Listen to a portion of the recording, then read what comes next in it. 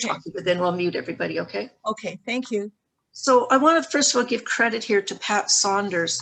When we decided to keep going with the Women's Canadian Club this year, and maybe to make ourselves more relevant, and so have topics that were, you know, more of has more social impact than just having fun. With a number of things which we've already addressed, and Pat kept popping up saying, "What about the environment? What about the climate?" So, you know, the only way to keep Pat quiet, of course, is to do what she wants you to do every day.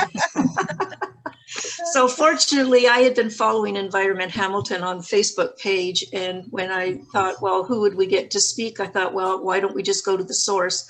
And I contacted Lynda and asked if they had a speaker. And she said, yes, in fact, she was a speaker and would be very happy to come with us. So thanks to Pat and thanks to Lynda.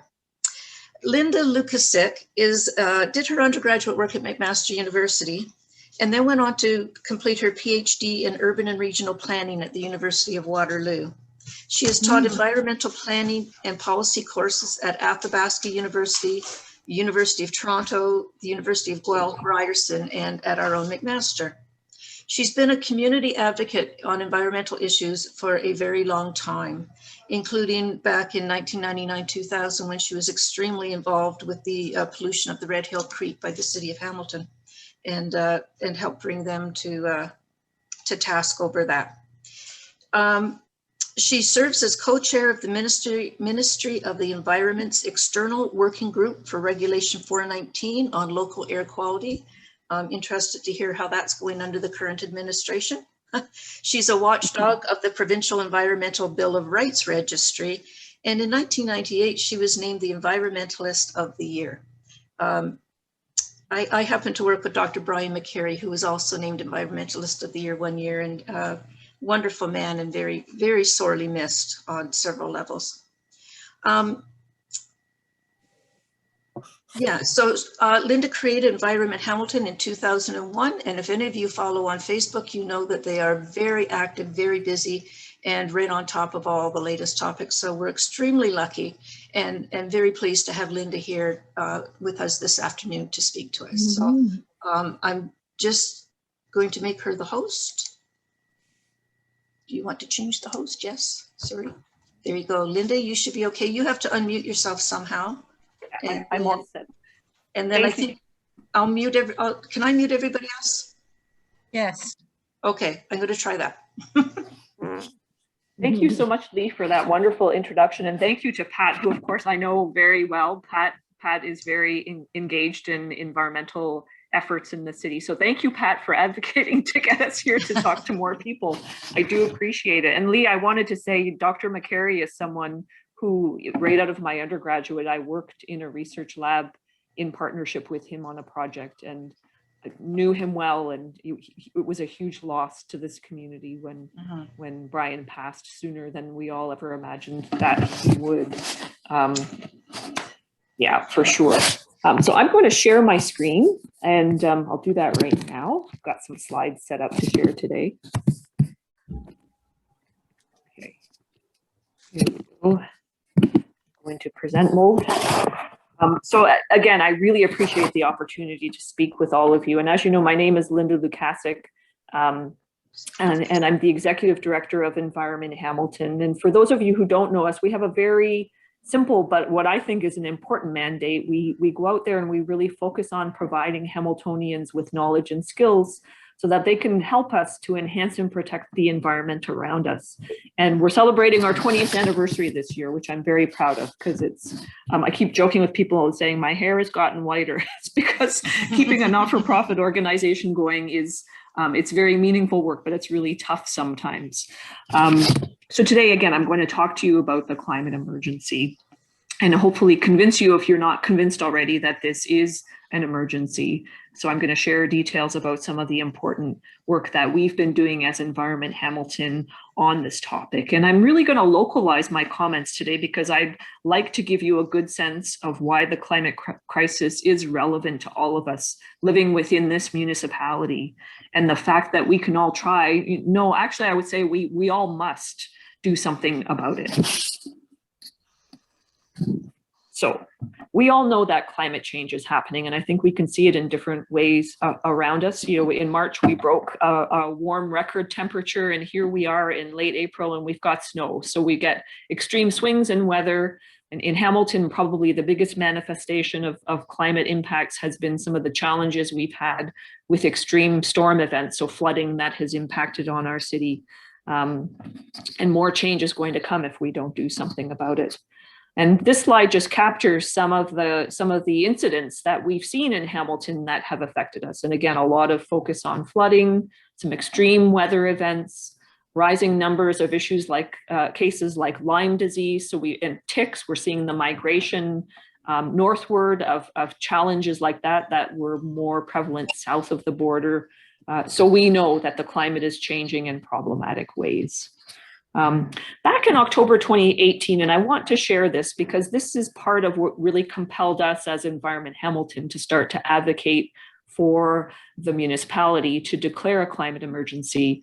We started to see research that was pointing to the fact that, I mean, we already knew we had to rein in our greenhouse gas emissions, but researchers started to look at, you know, if we see an increase in the average global temperature rise of 2 degrees versus 1.5 degrees, that 0.5 degree difference has a huge impact. And the impact is on the most vulnerable populations on the planet. So if you think about people in parts of the world in lower lying coastal areas, it's some of the poorest parts of the world where we're already seeing people being impacted by the climate crisis. And we know from what researchers were saying, and we're communicating to the Intergovernmental Panel on Climate Change, the IPCC, that it was really, really important that we take swift action on the crisis, and we do all that we can to avoid a temperature rise beyond 1.5 degrees, especially when you think about those vulnerable populations. And that we have to acknowledge that those vulnerable populations are also the people who are making the smallest contributions to the problem. So we all agreed that there was a responsibility there, and we needed to make sure more was happening in Hamilton. So we decided we're going to start to advocate, and we had other groups come along with us, Hamilton 350, the Extinction Rebellion group from Hamilton, and lots of individual community members who understand the importance. So we started to advocate. And you know, this slide kind of says it all. You know, we went to the municipality and we said, you know, just declare that climate emergency, do what is necessary. So back in March of 2019, we made this call at the City of Hamilton Board of Health meeting. And we went to the Board of Health because the way the city has structured its climate response is that all of the staff who deal with climate are housed in public health at the city. So we called for the board and that board is made up too of the mayor and all members of council, just so you're aware. We called them to declare the emergency, partly in response for that urgent need for action to avoid that temperature rise beyond 1.5 degrees. We said, come on, let's get cracking. We need to do what is necessary here. And we said we've got to start and continue with actions that will transition Hamilton to a post-carbon society. So how are we going to build that climate resilience? By moving away from dependency on fossil fuels and the greenhouse gas emissions that we have to struggle with because of the use of that source of fuel. So at that meeting, we went through a list, almost like a wish list, where we said to members of the Board of Health, these are things that we really believe you must do to take us as a city in the right direction. One of those things that we called for is we asked for the development and implementation of a green standard for new public and private buildings. And I just want to share this visual. This is something that other municipalities have done already. And here's an example from the City of Toronto, where they've done lots of work on this front. So you can see examples, you know, increasing energy efficiency above the Ontario Building Code, stormwater retention, cycling infrastructure, paving that's cool or permeable, more tree planting, pedestrian infrastructure. So we're saying to Hamilton, we need something similar where there's a very intentional way of making sure that we're building a city that's more prepared for and better at adapting to climate impacts. We also asked the city to invest in and enhance green infrastructure. And again, if you're not sure what that means, this visual provides some really good examples. This is from the city of Seattle, where you can see there are lots of really great ways to green up a city that enhance quality of life in that city, but that help in a huge way with climate adaptation and mitigation. We asked for the city to expand and improve public transit because we know that our communities are just not complete without it. And I'm going to be honest with you, we struggle in Hamilton with the HSR. The service could be so much better than it is right now. And if we want to convince people to leave their cars at home, we've got to improve the system even more. And I'll just share with you a map of the city's longer term vision for transit. They have a system called the BLAST network where we'll see higher order transit, potentially LRT, but at least bus rapid transit to create a solid network that'll encourage people in the municipality to move around by public transit into the future. And then the other hope, of course, is that we transition those public transit vehicles over to electric, over to that cleaner option.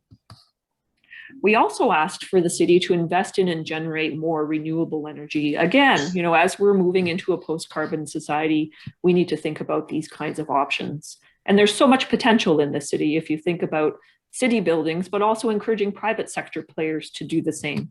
I just wanted to share this example, and I didn't know about this, but I was quite amazed to see the Yorkdale Shopping Center in the GTA, and they've got, you look at their roof and they have a whole bunch of solar panels. They've even done some greening on their rooftop, which is a pretty amazing example of the kinds of things that you can do to improve this situation.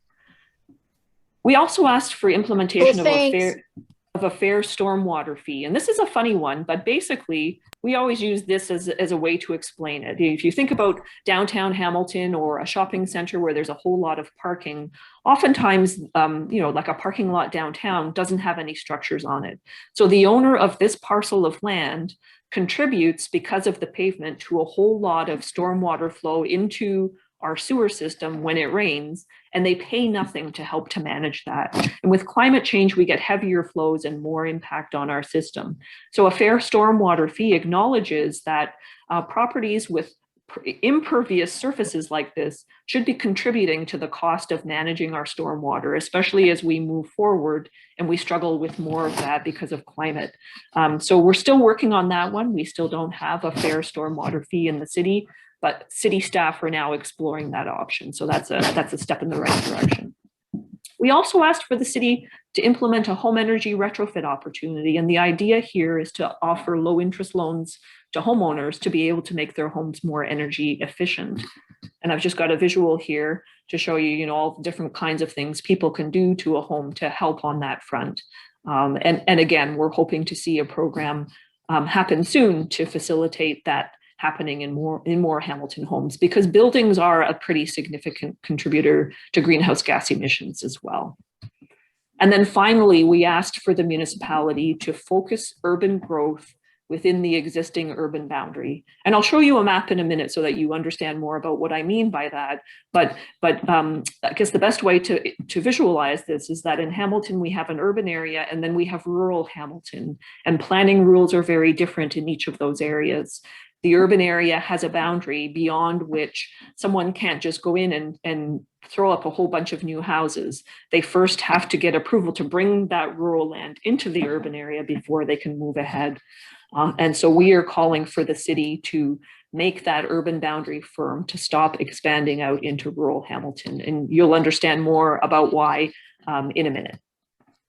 And this is just an example of, related to that call for a firm boundary. We are actively mobilizing the community on this issue and telling people to let their elected representative know that they want to see Hamilton's urban boundary frozen. And so this is a shot, just to give you a sense, this is right at the edge of urban and rural Hamilton. So you can see these houses looming on the edge of open farmland in Upper Stony Creek. And so we said to councillors, please declare the emergency. We really need this to happen. And I'm proud to tell you that we succeeded that day. We got unanimous support from our city council for a climate emergency declaration. Hamilton was the second municipality in Ontario to make that declaration. And since then, hundreds of municipalities across the globe have done this. So we were really proud of what we managed to achieve. And this is a whole lot of words. I just wanted to throw it up, but this is the text of the motion that was passed. And I've just highlighted, you can see they've made specific reference to the Intergovernmental Panel on Climate Change and some of what I talked about in the importance of reducing emissions for our ability as humans to thrive into the future on the planet. And then as well, there were some commitments that came out of that declaration, including a commitment from the city to establish a corporate climate change task force of senior bureaucrats, and to take action to integrate plans into existing municipal plans and policies, to develop effective reporting mechanisms to be able to report back to council on progress in reducing greenhouse gas emissions, and a whole lot of other important information there too, including communicating out to the public more regularly on the issue. Well, I'm not going to lie, we secured the climate emergency declaration. And even before the pandemic clobbered us, we were experiencing pretty significant frustration in getting our municipality to take meaningful action coming out of that declaration. So I think if we learned anything as Environment Hamilton, we realized that our job was far from done, that we were going to have to continue to be that annoying thorn in the municipality side, reminding them, you declared the emergency, what are you doing about it? The pandemic just made it that much more challenging. City staff who deal with climate issues, as I explained, they're based in public health. Most of them were and still remain deployed to help public health with the pandemic response. And we totally understand, obviously, the pandemic is an acute crisis that needs attention. But part of what we've been saying to the city is there's a need to pandemic-proof the climate crisis. It's an emergency that doesn't stop, even though there's a pandemic. The climate impacts continue to grow and to inflict problematic impacts. So we keep pushing on that front, and we continue to call for more action. One piece that I will acknowledge is moving is the city's efforts to develop what they call the CEEP, the Community Energy and Emissions Plan. And this is a really important plan that will develop detailed strategies for seeing greenhouse gas emission reductions happen in Hamilton. So we are certainly there and actively involved in supporting the city to make that the best plan that it can be. Well, I want to zero in on that last item, just to give you a sense of an issue that's very important, and I want to share some ways that you can get involved in it, and that is the issue around the firm urban boundary. And I wanted to start by sharing. Actually, sorry, before I get there, I want to zero in on this. Sorry, because it is an important piece in getting us down a pathway to climate resilience. And effective growth management must involve managing urban growth within the existing urban boundary. And it's that firm line that I talked about.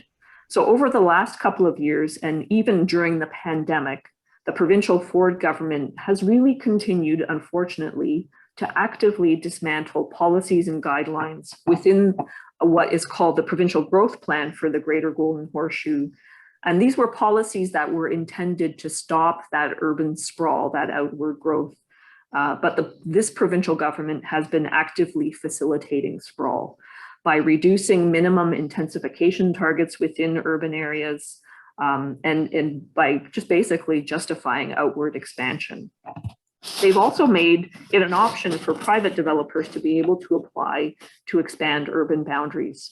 And this is something that prior to that policy change, only municipalities could initiate.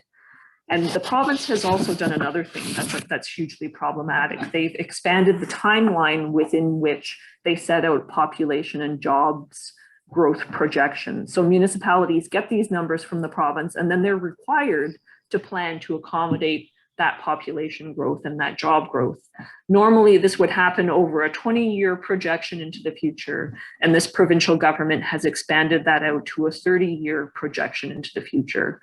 And nobody can project that far into the future with any accuracy. So there are a whole lot of concerns about that. And there are people out there, including Environment Hamilton, who are arguing that this is really about a land grab, that there are very big numbers that are being put out there, and municipalities are being forced into doing larger boundary expansions into rural areas than they might otherwise do.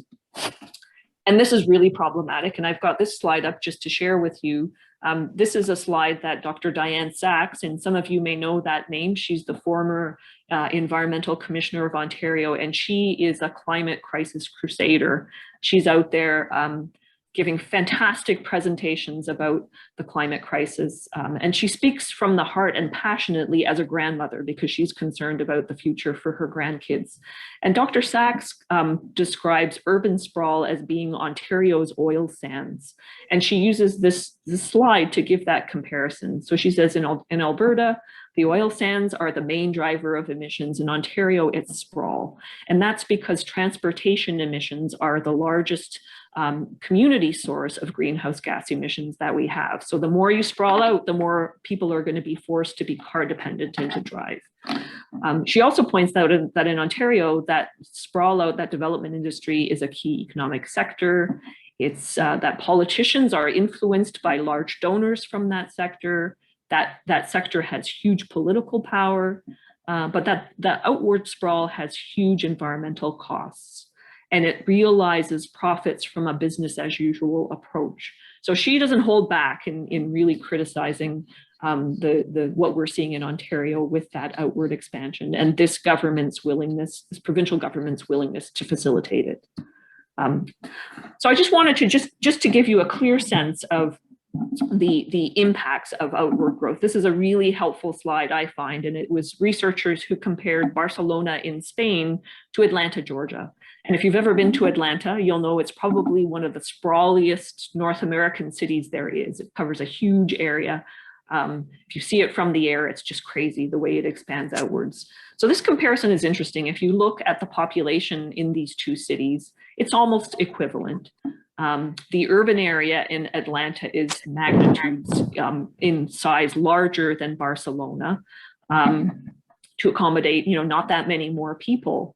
So you can see things are a lot more spread out over the land. Well, just look at the transportation carbon emissions per capita in Atlanta in comparison to Barcelona. I mean, it's just shocking the difference, right? 1.16 tons per capita in Barcelona in comparison to Atlanta, where it's 6.9 tons. And it's not surprising if you look at the ground that people have to cover to move around in Atlanta versus what they would experience in Barcelona. But this is just a really good example of why we can't keep building outwards the way that we have. This slide is a little bit crazy, but I wanted to share it because it also shows something else that's very important. And if you look down at the bottom of the slide where it shows urban infrastructure development, so that would be roadways and water, wastewater pipes, and urban land use planning, you can see that the more you're expanding out over a larger area, the more you're having to deal with something that experts refer to as carbon lock-in. So the Barcelona-Atlanta comparison tells you that story. This just confirms how problematic it is when you make those commitments to make a city spread over so much land. You're locking in challenges that a community is going to grapple with in some cases for hundreds of years into the future. So this is a very important message that we just have to figure out different ways to evolve and grow our cities.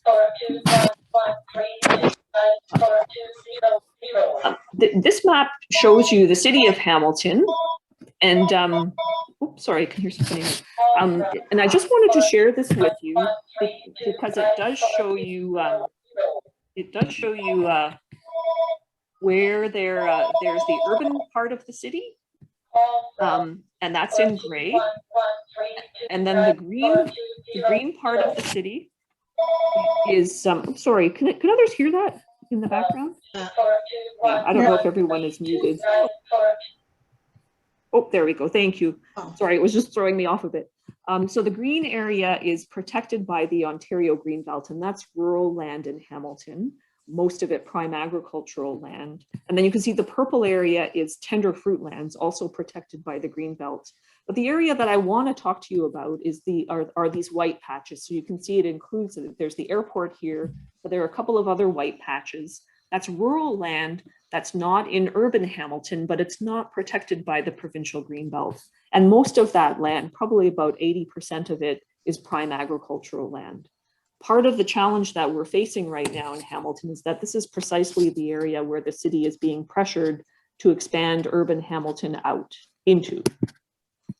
And one of those areas is Elfrida, and you may have seen in the media reference to the Elfrida lands. This map I wanted to share with you because it does make reference to LEAR and the LEAR analysis. LEAR stands for Land Evaluation and Area Review, and it's a process that municipalities go through to really assess the quality of agricultural land. So in this map, the easiest way to interpret it is the darker the green, the better the quality of the farmland. So we know that the Elfrida farmland is prime agricultural land. It's class 1, 2, and 3. It's land that we really do not want to lose. We hear from farmers who are farming that land that it's good quality land. So at this point, we're really pushing and saying that within the context of the climate emergency, the last thing that we want to be doing is losing any more prime agricultural land. We've already lost too much. And food security moving forward is really something important that we need to be thinking about. And like we like to say to people, if we allow urban expansion out into Elfrida, once that farmland is gone, it's gone. And you can't eat houses. So it's as simple as that we need to be protecting this kind of land. I also wanted to share this just to help you to understand that it's not just agricultural land in rural areas that's important. This is the Salt Fleet Conservation area. It's up in Upper Stony Creek. It's the Hamilton Conservation Authority's newest conservation area. And this is a group hiking down a mini scarp. It's a beautiful property. They're hiking down into a lower area where the Conservation Authority is going to recreate a wetland that once existed there. And they're doing this very intentionally to create an area where when we get extreme rainfall, that rainfall will be held back in the wetland and it'll be able to percolate back into the ground rather than rushing through the creek system there over the escarpment and putting Lower Stony Creek at risk of flooding. So this is a really wonderful example of rural green infrastructure like what I was talking about earlier. So, you know, we recognize this too as being an important reason why you want to protect those rural open spaces from development. Okay, so now I want to talk to you very quickly about what the alternative vision needs to be. Because it's not enough for me to say to you, we just got to freeze that boundary and we can't grow out further. We need to figure out other ways to accommodate population growth into the future.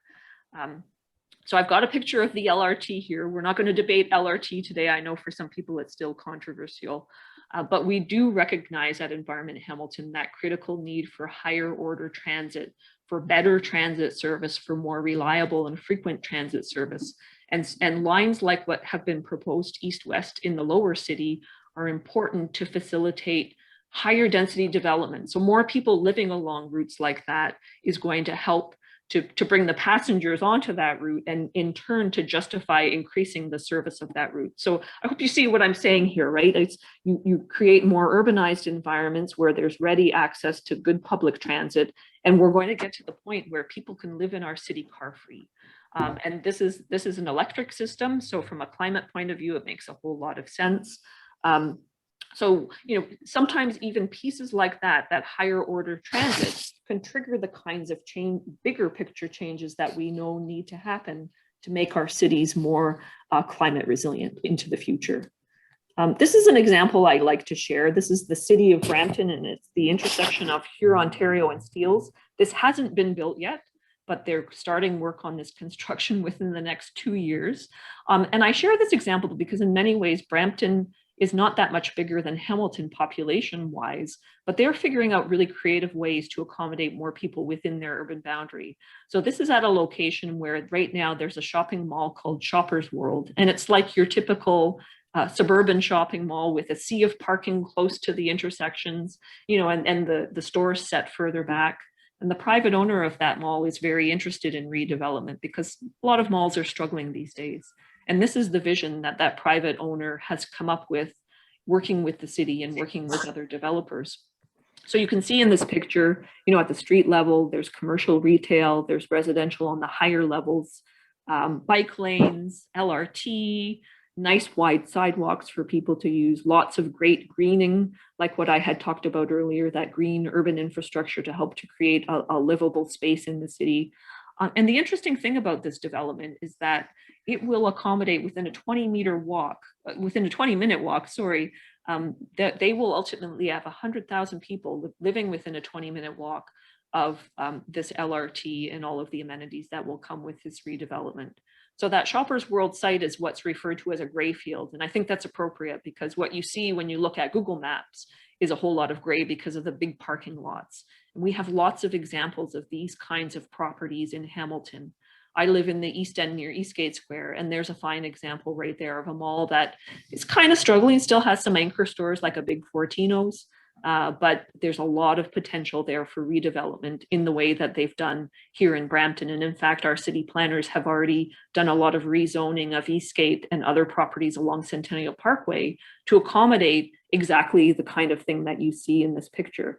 So in my neighborhood, I'm an advocate for this kind of change because I would much rather see this than having us sacrifice more of that prime agricultural land that we know we need for the future. And then I just quickly want to share with you some of the other options for avoiding that urban expansion. It's not just about higher density, and we know that single family homes on large lots also aren't the answer. There's lots in between, and that's called the missing middle. And we need more of that in Hamilton too. So 3-4 story apartment units, those sorts of things that maybe aren't as shocking an impact like what you might see in the downtown core where that makes sense, but that can also help us to make more efficient use of land within the urban area. And then this is another great example, and this is actually in the news right now because the city just approved at the planning committee a policy yesterday to enable second dwelling units in neighborhoods across urban Hamilton. And so there's lots of potential here, whether it's a laneway or a garden suite in someone's rear yard. People are building these to have their elderly parents living nearby or their adult kids who can't afford a house anywhere else. It's also a really great way to increase rental units and opportunities for Hamiltonians to live in more neighborhoods across our cities. So another great example, and this we would refer to as gentle density when we're talking about urban growth management. So in Hamilton, one of the big issues right now is talking about where are we going to go with urban growth? And I can tell you that we had a meeting recently on March the 29th where our city planners, working with a consultant, came back to City Council and said, we have two options for you to consider. One is a big urban boundary expansion and the other is an even bigger one. No other options on the table but those two. And a lot of us were advocating for something different. Environment Hamilton was there, Hamilton 350, and lots of individual Hamiltonians. And we pushed hard and said, we need more options. This is a climate emergency. So I'm happy to tell you that we at least managed to succeed in preventing a decision from being made on March the 29th. And we now have the city taking that important step of mailing out a survey to every household. And they're going to ask all of us, what do you want to see happen? Are you good with one of the options that staff have put forward? And we also pushed for them to include an option for a firm urban boundary. So we're hoping that'll help to steer us in a better direction and to get that climate resilience and that appropriate approach to the climate emergency moving forward. So that's kind of a whirlwind tour of the emergency declaration and some of those key issues that we've been working on. But I didn't want to not speak today to some of the other elements of this work, and I want to talk about that now. You again may have seen in the media some reference to the Just Recovery Hamilton effort, and this is an effort that brought together a number of organizations, and you can see some of the logos there. Environment Hamilton was one. YWCA, Acorn Hamilton, Social Planning Research Council, Disability Justice Network, a really neat mix of organizations. And I'll be honest, there are groups on this list that we normally as an environmental organization wouldn't necessarily interact with. And we all came together in November of last year. And we did so because we knew that there was a mayor's task force for economic recovery looking at how is Hamilton going to bounce back after the pandemic. And we all felt very strongly that we needed to be reflecting on a new normal going forward. So what could we as organizations do to get community conversations started about the need to recover from the pandemic in a way that leaves no one behind? And that's really what got us all talking about this notion of a just recovery for our city. And for us, just means making sure we're particularly for the vulnerable and the marginalized in the community, that we're making sure that they're taken care of. And I would include too, that we're making sure we're taking care of the environment. So this collaborative has given us a really great chance as Environment Hamilton to be part of those conversations. And what came out, I just want to share this with you. The group prepared a policy paper, and we really worked hard over a short amount of time to finish that policy paper and to be able to share it publicly in the lead up to Public Delegation Day for the 2021 municipal budget. And we encouraged community members to delegate and to speak to recommendations that are set out in our policy paper. The policy paper, I think it has about 150 recommendations. There's a lot there. We know it's a lot, but we just wanted to get conversation going, and we were hoping everyone would find something in there that they could grab onto and help us to advocate for. The main topic areas included are investing in women, mobility justice, disability justice, housing as a human right, tackling systemic racism, investing in decent jobs, decent wages in our local economy, focusing on this whole idea of inclusive city building, investing in green infrastructure, policy and public access, and then of course supporting 2S LGBTQIA communities. So I'll give you an example, just in case you're wondering, well, how the heck does an environmental organization fit into all of this?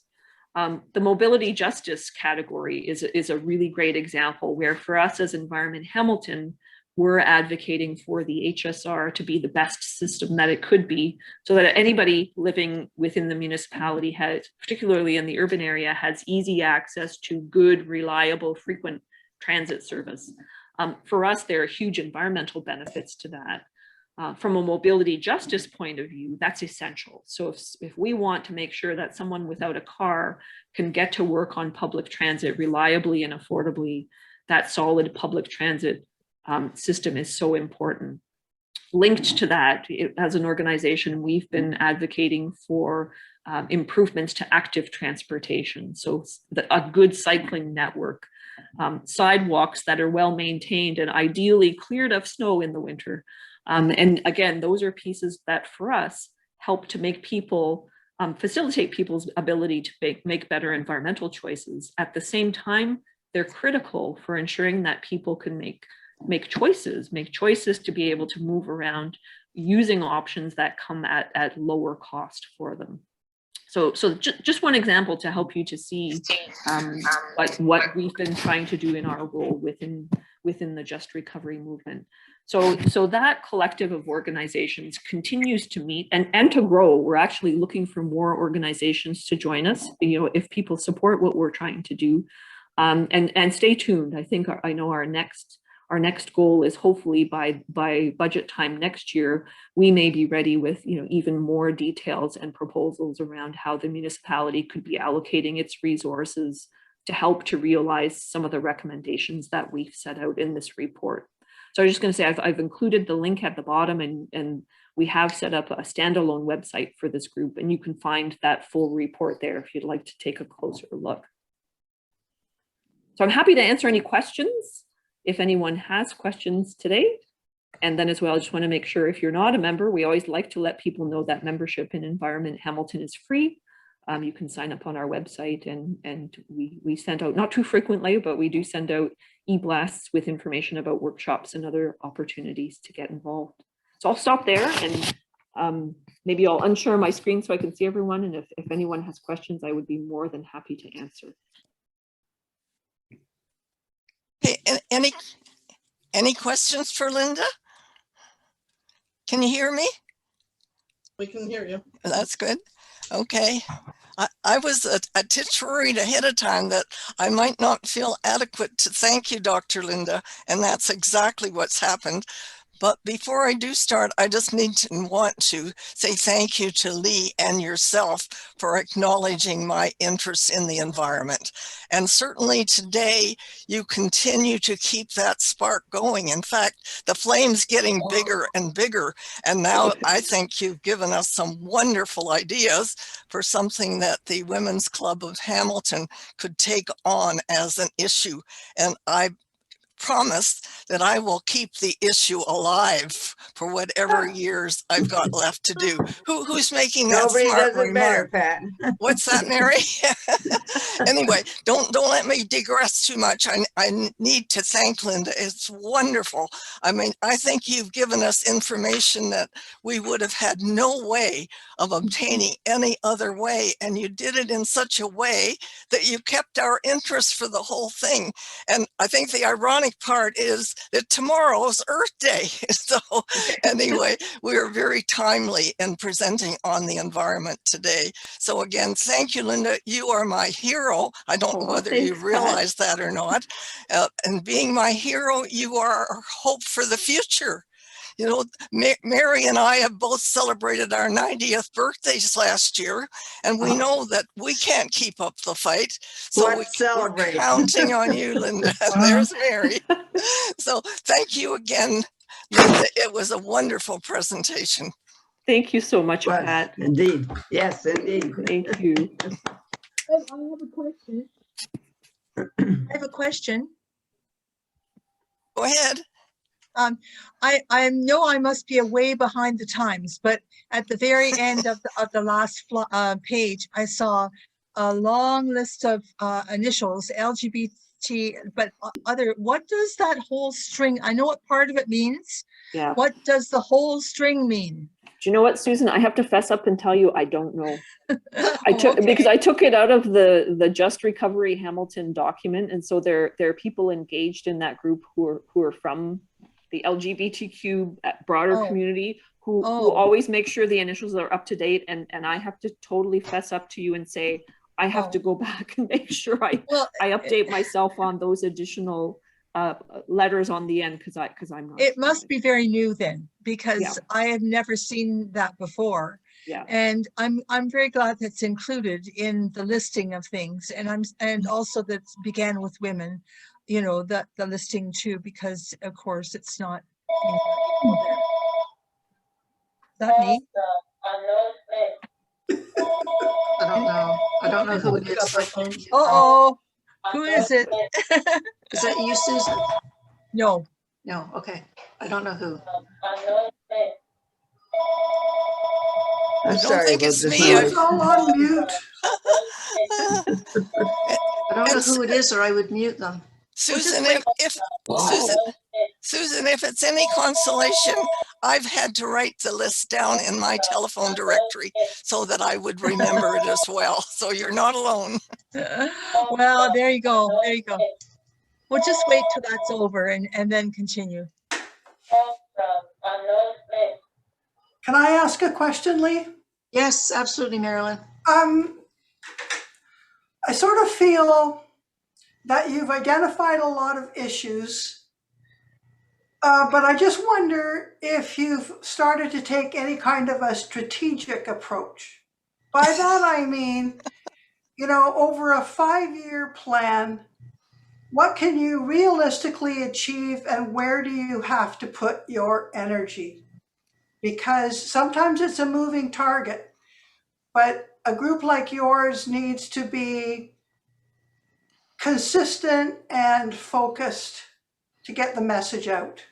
Yeah, that's a great question, Marilyn, and it's a tough one. And I'm going to be very honest with you. For us as an organization, we do two things in tandem. We do public education and outreach work, and we do advocacy work. So the public education and outreach, we do our best through grants from government and foundations to create the opportunities to teach community about a lot of the things that we talk about. Through the advocacy side of things, sometimes it often feels like we're just putting out big and little fires, and we almost have to be very agile in our ability to jump in. So a lot of what I talked to you about today, for instance, with the urban boundary expansion, it's, you know, the municipality has a schedule for figuring out how they're going to manage urban growth over the next 30 years. And we have no option but to be there making sure, you know, that we're challenging them every step of the way. So that's one where the timeline isn't ours to make. We do have other efforts within the organization where we are trying to very methodically build. And one of those is something we call the Hamilton Community Climate Action Network, or Hamilton CAN. And what we're doing there is we're taking a lot of the project work that we've already developed, everything from tree programs to programs to promote active transportation. And we're building a network of neighborhood leaders. And our vision is to do that right across the city. And then over time to inject into those networks some of what we've already done through our project work, so that we can say to people, hey, you know, have you thought about actions in your neighborhood to plant more trees or to get more people riding their bikes or taking the bus? But then we're also helping those neighborhoods to come up with their own ideas and to support them in taking climate action in the way that they think they need to. So I think if anything, for us, that's sort of like the foundation of the longer term plan for what we're trying to do. And I'll be honest with you, we're thinking very strategically as well. So our hope is that as we build that network across neighborhoods of people who are engaged and talking to their neighbors, that's a network we can tap into, for instance, when we need people on the advocacy side. So if if there's a big decision coming before municipal council and we need more people's voices there to make sure that council is convinced to make the right decision, then we've got that network that we can do a call out through as well to bring those people in. So for us, that's probably the best description that I could provide of how we're thinking 5, even 10 years out into the future. But again, all of that then becomes dependent on our ability to get people mobilized, to support those actions, and to make it all happen on the ground. So I hope that gives you a bit of an answer to your question. I'm not, let's just say positively that I mean, you're doing everything that seems humanly possible. Yeah. But I've just this morning received an email from my husband. You might be interested in this. And down I went, down through that YouTube pit. Yeah, yes. And so, and all of a sudden you've lost half an hour. And the thing that was important to you before you saw that email, you haven't actually done. Yeah. So from my own background, I just feel it's essential to say 5 years from now, we're going to have someone in every community, and we've identified the communities or a focal point, or for you guys to set as your goal the protection of, what was it, Salt Fleet, that very valuable land. I mean, you can't do that on your own, but what can you do on your own? You've inspired me to all kinds of things, Lynda, and I just want to say thank you, and so I wish you well. Yeah, thank you so much, Marilyn. Yeah. Good. Yeah. I have a quick question, if we have time for it. I'm Judith Magny. I'm a guest, thanks to Karen Laposa. And I found your presentation incredibly interesting, and wonder, in terms of those urban sprawl, the MZOs that have been used by this government, if you'd like to comment on that briefly and how you see that rolling out. Yeah, so for those who don't know, MZOs are Minister Zoning Orders. So these are this is a provincial power for the Minister of Municipal Affairs and Housing. And unfortunately, this is a tool that has existed provincially for a very long time, but in the past, the practice has been to use them very sparingly. So it allows the minister to come in and basically override municipal level planning powers and impose decisions. The Ford government has used this tool a whole lot and in problematic ways. So you may have heard about a crazy proposal to build a massive warehouse on a wetland up just north of Toronto. Community fought, and that one has been undone, thank goodness, with the minister saying, well, of course we wouldn't impose MZOs unless the municipality agreed to it. So there's lots of funny things happening with MZOs. We have had a few here in Hamilton. You probably are aware on some of the Shadok, some of the lands there. Actually, it was closer to Mohawk College. There was a parcel of land that had already been destined for a certain use, and the province came in and undid some of that. So they're highly problematic. They've been used in ways that very often threaten important natural areas. People have really been speaking out and pushing back. Sadly, despite all of the public opposition, within the last couple of weeks, we saw an additional legislative change that actually gives the minister even more power when it comes to MZOs. And that is a decision that doesn't even require the minister to uphold provincial interests when they put a proposal out for an MZO. So they're taking it in an even more problematic direction. And I'm not sure what that might mean, because provincial interests are set out in something called a provincial policy statement. And they're important interests, right? That include a whole lot of commitments to protect the environment, because it's in the interests of the greater good to do that. So stay tuned. I'm not sure what that's going to mean, but I think fair to say that MZOs are a tool that have their place in very specific circumstances.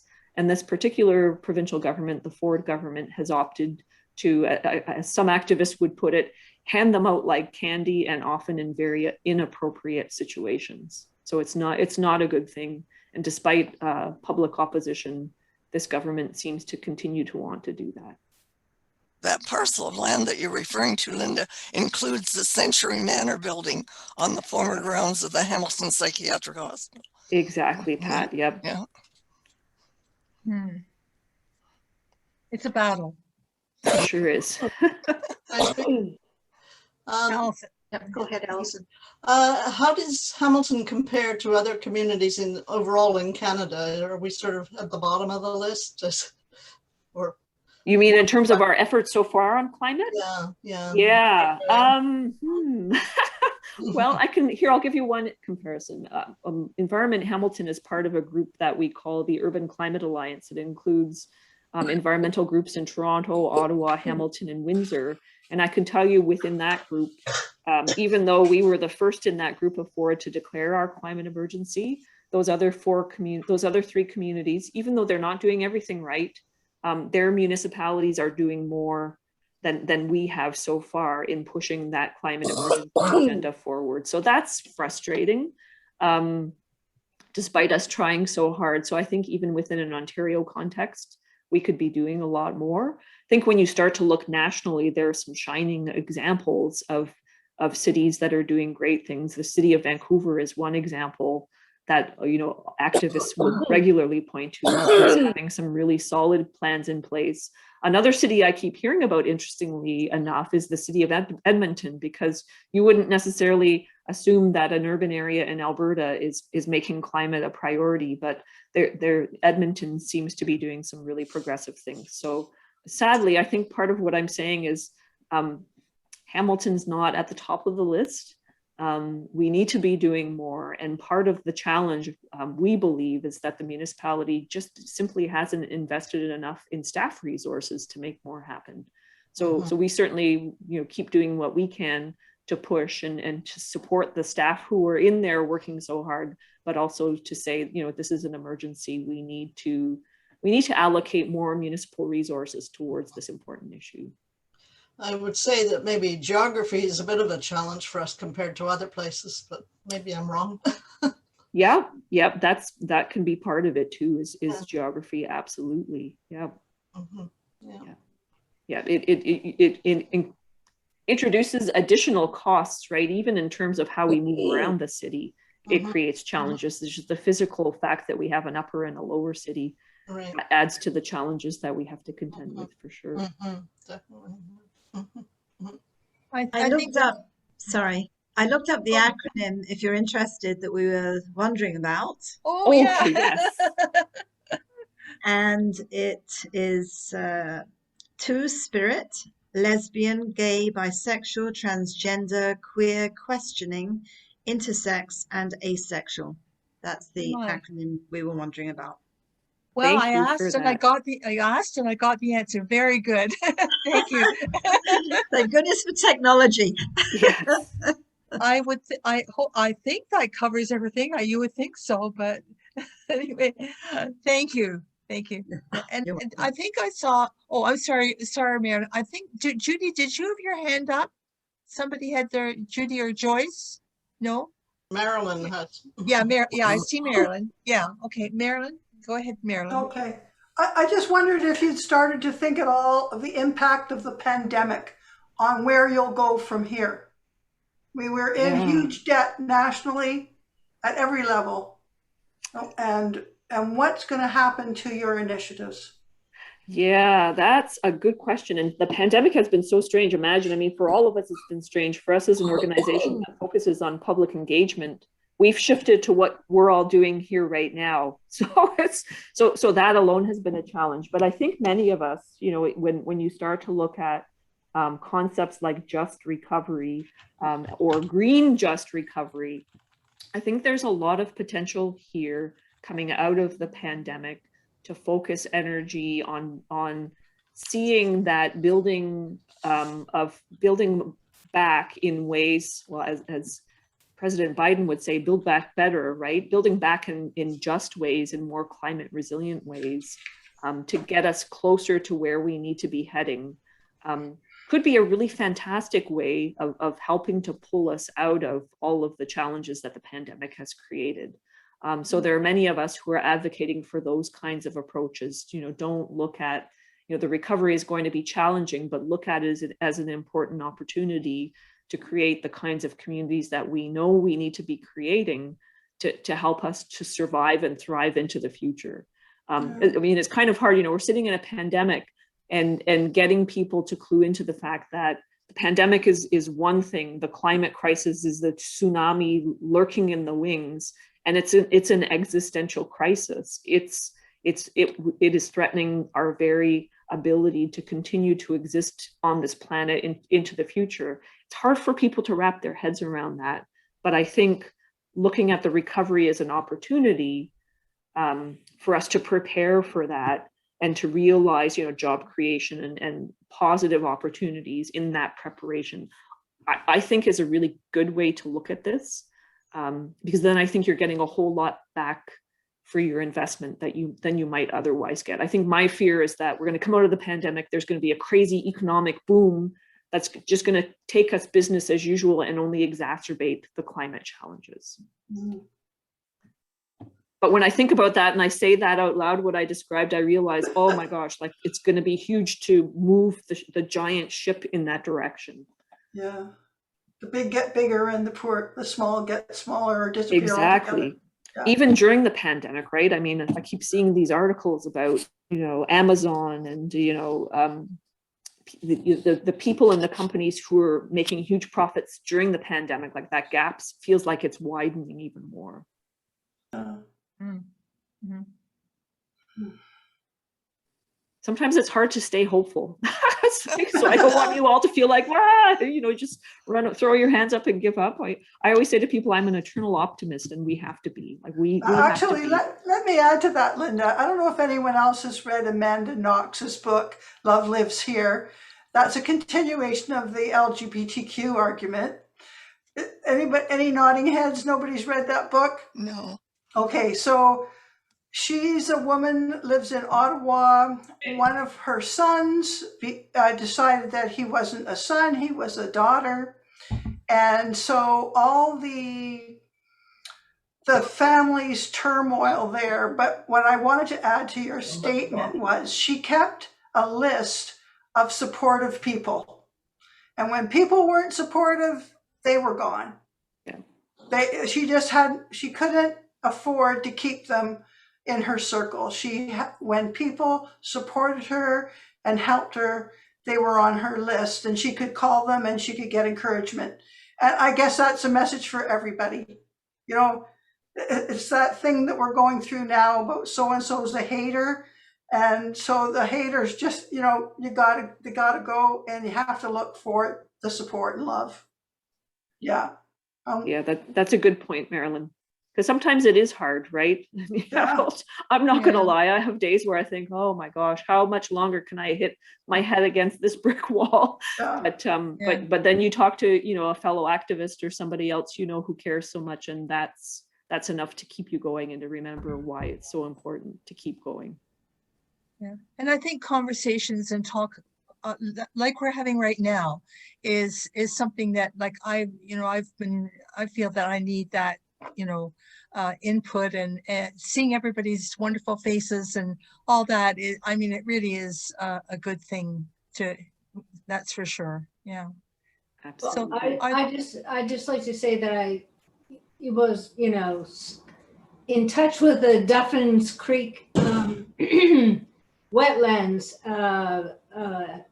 area that was just saved from that building, a warehouse building built on it. It was just by individual people who started a small group, and it snowballed. And so even we here in Toronto became involved, and a lot of people sent representatives to demonstrate there, and that action was stopped. They're not going to build that warehouse. Amazon withdrew its intention, and also the other warehouse. So if you focus on a small piece of land, this was a wetland that's proven to be environmentally important, you can save that land if you put the message out and keep your focus there. Make the public demonstrations. The city will back down if there's enough of rise from the public. Yeah, Judith, that's a great point. And, I have to tell you that here in Hamilton, even the efforts to stop the urban expansion have really benefited in a huge way by exactly what you're describing. So we have this emerging and very quickly growing group of community members who are coming together, and some of them learned about this through Environment Hamilton, and we were doing webinars and things to make people aware, and they're all out there doing some amazing stuff. So we've got a couple of community activists who are making great videos that in very straightforward ways help people to understand. One of them, for instance, second dwelling units that I talked to you about today, they made a great little video that talks about why that approach is important. They've talked about why sprawl is not good. They joined us. We had, oh my gosh, I lost count. We had maybe 60 people register to delegate at that March 29th meeting, where we managed to get the council to agree to that household survey. And I think about 150 more who wrote letters. And a lot of that, as Environment Hamilton, we were out there waving our arms around saying, hey, everybody, you got to pay attention. But a lot of the building of this growing number of people were some core individuals, exactly like you described, Judith. And for us, it was like, finally, because we know we can't do it all. And those community members have made such a huge difference here in Hamilton. And you're right, I've seen this being repeated in communities right across the greater Golden Horseshoe. And our connections over Facebook and Twitter, like the Duffins Creek folks, we've been sharing their information. So big and small groups are all trying to work together to support each other as we try to collectively push back in our own communities, but right across and beyond Hamilton to help others in doing what they're doing. So yeah, I agree with you. That's been a hugely important piece of what we're seeing happen. Any more questions? Anyone? Well, I'll just finish with this. Again, thank you, Lynda. We really appreciate you being here. They're very informative. Yes. I'd like to let you know about May 19th, our next Zoom meeting.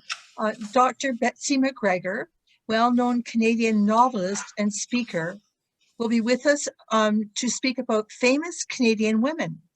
Her book, Woman on the Ballot, was written to equip, empower, and inspire women by telling the story of over 90 women trailblazers. And she has a new book out, but this is a little flyer about her, which we have available. And the other thing is, I'd like to thank you very much for coming today. Please look at our website if you would like to find out more about us. And if you have any questions, there's a contact place in there.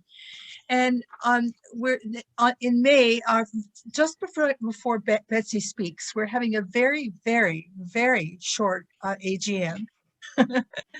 It doesn't take long, just a few minutes. And I'd like to say that I'm going to be becoming past president, and Louise will be becoming president at that particular meeting. and how I've enjoyed being on the board. It's what a wonderful group of ladies. And I'd like to encourage anyone who might be interested. There's a job for just put your input of how you feel, or there's a job, other jobs too on the board, whatever you would like. But we'd really be interested in hearing from you because we'd love to have a few more board members. So with that, thank you for coming. And if you wish to stay and chat a little bit further, that would be wonderful. I'm going to stay on the line, and hopefully Marilyn from Ottawa, you will be too. and just to have another little chat if you'd like. But thank you again so much, everyone, for coming today. We really, I really thought that was a great meeting. Thank you, Lynda. Thank you. Thank you. Susan, Thank Yes. you. Yes, if I may, let's see. just before we go, because as I said before, we traditionally, when we meet in person, start with the national anthem and end with God Save the Queen. So I think today, given that it's Her Majesty's 95th birthday, Oh, boy. which she is celebrating very quietly as she is, still in mourning after the death of the Duke of Edinburgh. But I think today would be a wonderful time just to recognize Her Majesty Queen Elizabeth II, Queen of Canada, and this beautiful country that is now covered in snow, but we're still so proud to be part of. So to the Queen and country. Let's make a toast, everyone. Here we go. To the Queen. Queen, to the Queen. Are we going to sing? No. No. Oh, why not?